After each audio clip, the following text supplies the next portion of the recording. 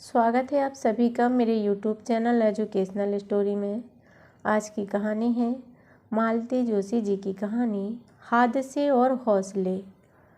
कहानी शुरू करते हैं। मेहंदी तो बड़ी प्यारी लगाई है, अनुजा ने रीना की हथेली सहलाते हुए पूछा।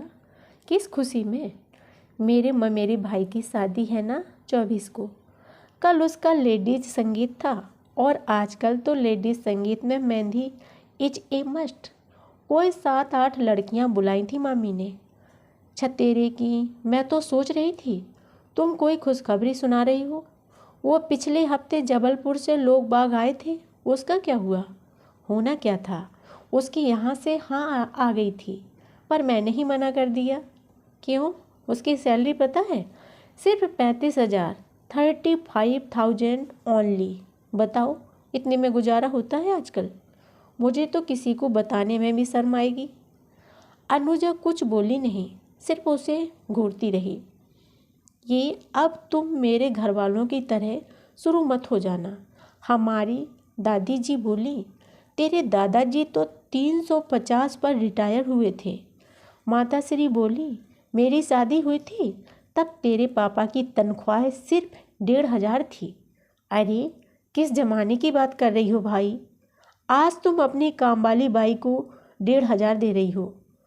तुमने वह दिल्ली वाला प्रपोजल नाहक रिजेक्ट कर दिया।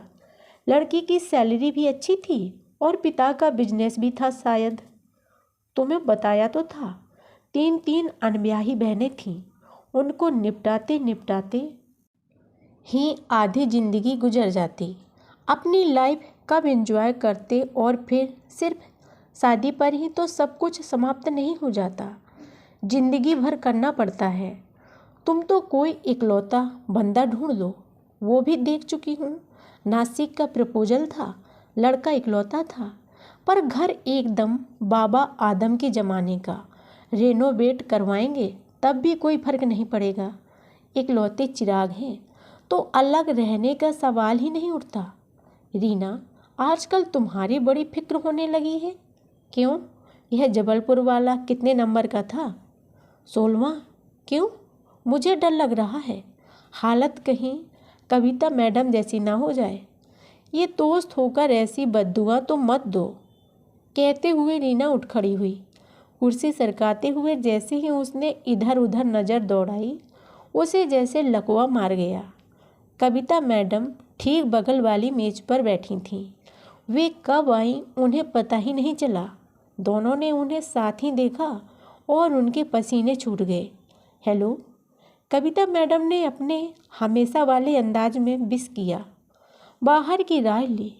कैंटीन का कांच वाला दरवाज़ा ठेलकर वे बाहर आईं और कुछ क्षण खड़े रहकर खुलकर सांस ली। दिल दोनों के बुरी तरह धड़क रहे थे। उन्होंने सुन लिया होगा क्या? कितना सुना होगा? कम से कम बद्दुआ वाली बात तो ज़रूर ही सुनी होगी। तुम्हें उनका नाम लेने की क्या ज़रूरत थी?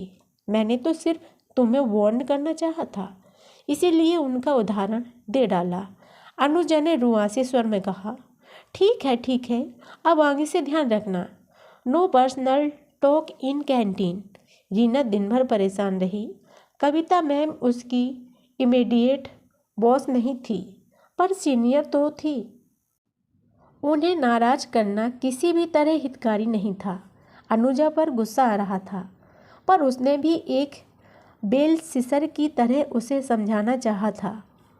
वह इस तरह रिश्ते नकारती चली गई तो एक दिन सचमुच उम्र के उस पड़ाव पर पहुंच जाएगी जहां गलत सलत समझौते करने पड़ेंगे। उसने तो पहले रिश्ते पर ही हाँ कर दी थी। स्वप्न जीवी उम्र थी वह, पर तब घर वाले बिफर गए थे। अपनी सुदर गुणी कमाऊ कन्या के लिए वे अच्छे से अच्छा वर चाहते थे। वह रिश्ता रीना की मौसी लाई थी। यहाँ से इनकार आने पर उनका मुँह सूज गया था। कहती थी, देखती हूँ अब कौन सा राजकुमार आता है। राजकुमार ना सही, पर ढंग का आदमी तो हो। यहाँ तो एक से एक नमूने सामने आ रहे हैं। सैलरी का सवाल भी आजकल अहम हो गया है। पर्सनालिटी भी तो कुछ मायने रखती है।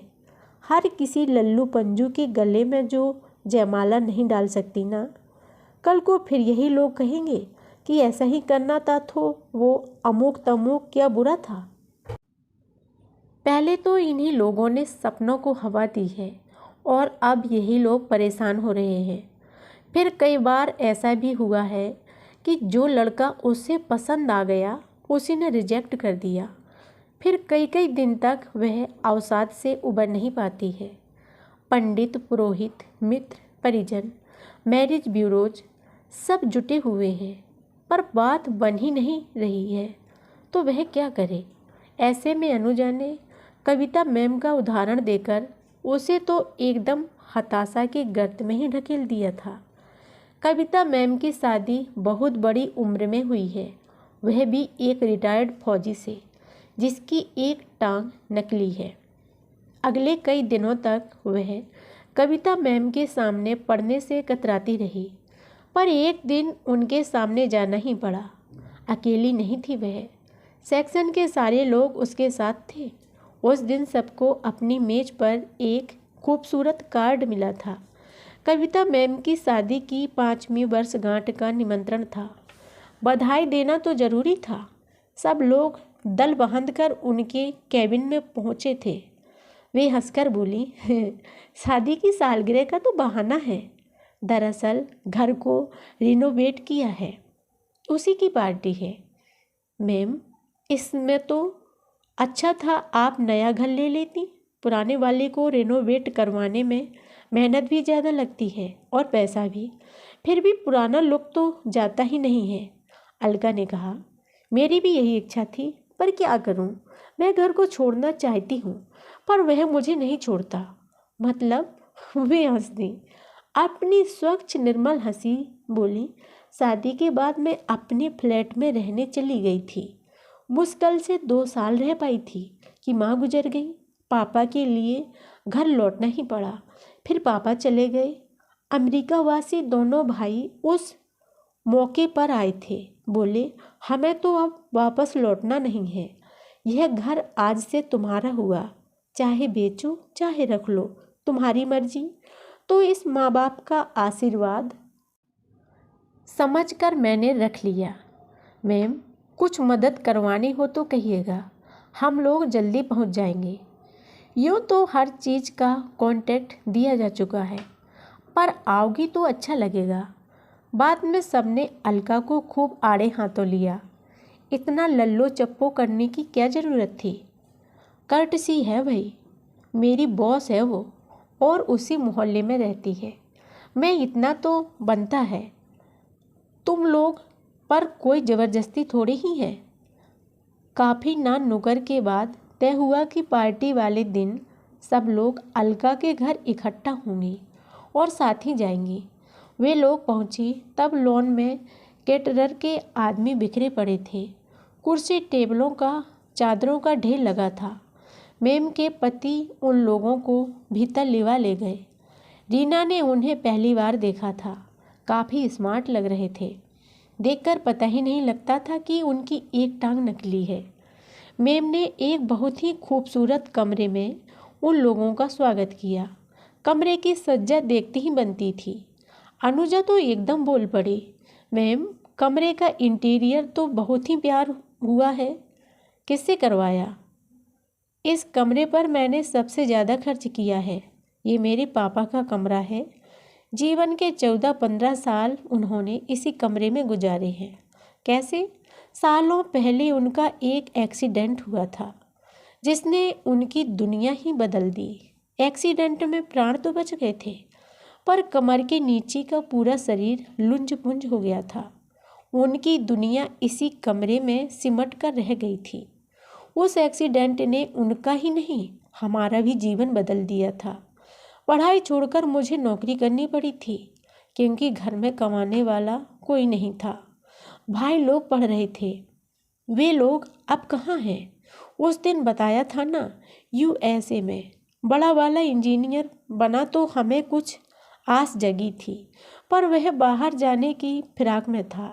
1-2 साल यहाँ नौकरी की और अमेरिका चला गया। सिर्फ शादी के लिए एक बार आया था और दूसरी बार पापा की मृत्यु पर। छोटा भी उसी की राह पर चला। उसने तो शादी भी वहीं की, बस पापा के मरने पर आया था। शायद इसीलिए मैम आपकी शादी बहुत लेट हुई ना? शिल्पी ने डरते डरते पूछा। हाँ, ऐसा ही समझ लो। पापा का एक्सीडेंट ना हुआ होता तो आज हम शादी की 18वीं या 20वीं सालगिरह मनाते होते। मतलब आप सर को पहले से जानती थी? अनुजा ने पूछा। हाँ हाँ, कॉलेज से ही जानती थी। तय था कि पढ़ाई पूरी होते ही घर वालों से बात करेंगे। हम दोनों के माँ बाप मना भी करते तब भी शादी तो हमें करनी ही थी, पर विधि को कुछ और मंजूर था।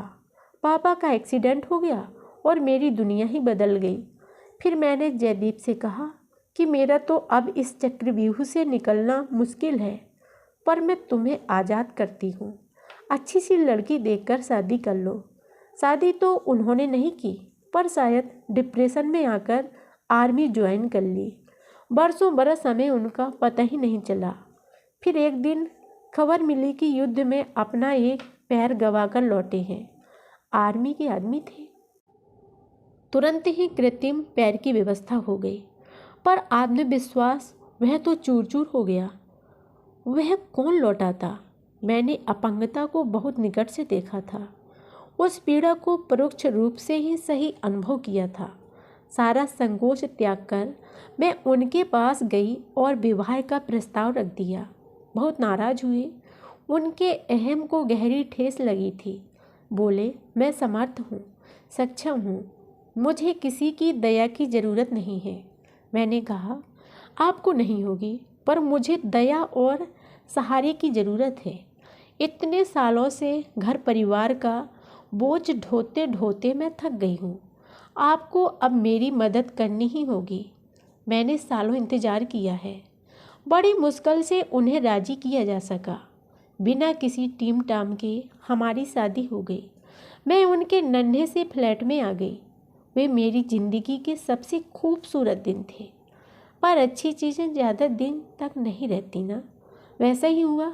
सालों साल पापा की सेवा करते करते माँ थक गई थी। बेटों के विदेश में बस जाने से टूट भी गई थी। वे भीतर ही भीतर कितना छीज गई थी, इसका पता तब चला जब वे एक दिन सोई तो उठी ही नहीं। बेमन से ही सही घर लौटना पड़ा। पापा को फ्लैट में ले जाना नामुमकिन था। जयदीप बड़ी मुश्किल से यहाँ रहने को तैयार हुए, पर पापा की उन्होंने जो सेवा की है उसका वर्णन नहीं किया जा सकता। उनके बेटों ने भी ऐसी सेवा नहीं की होगी। बेटे तो खैर पहले ही भाग खड़े हुए थे। पापा के मरने के बाद ही लौटे आखिरी बार। मैम, कभी बच्चों के बारे में नहीं सोचा? शिल्पा ने डरते डरते एक सवाल उछाल दिया। समय ही कहाँ था, और अब तो उम्र भी नहीं है। खेलने खाने की उम्र से जिम्मेदारियों का पहाड़ ढोते ढोते थक गई हूँ। अब जाकर खुलकर सांस लेने का मौका मिला है। अब किसी नई जिम्मेदारी की कल्पना से भी रूह कांपती है। अब तो जो भी समय मिलेगा हम एक दूसरे को देना चाहेंगे। बहुत देर में ही सही एक दूसरे का साथ मिला है, उसे एंजॉय करना चाहेंगे। ओह, व्हाट ए लव स्टोरी, लड़कियों ने कोरस में कहा। ये स्टोरी नहीं है बच्चों, जिंदगी की हकीकत है। शादी सिर्फ शिल्प का मिलान या डिग्रियों की जुगलबंदी नहीं होती। यह एक एग्रीमेंट है, एडजस्टमेंट है, और एक दूसरे के प्रति कमिटमेंट है, और पनिशमेंट भी। सबने चौंक कर देखा। 3 पीस सूट में सजे जयदीप खड़े मुस्कुरा रहे थे। उनका खिला खिला चेहरा उनकी अपनी बात को झुठला रहा था। अरे वाह, दूल्हे मियाँ तो तैयार भी हो गए। हाँ, अब आप भी अपने लेक्चर को फुल स्टॉप देकर अपना हुलिया सुधार लें। 7 बजने को है। बाप रे, बोलती है तो बोलती ही चली जाती है। Poor girls, they must be bored to death. No sir, it was a pleasure, सबने एक साथ कहा, और वह एकदम सच था।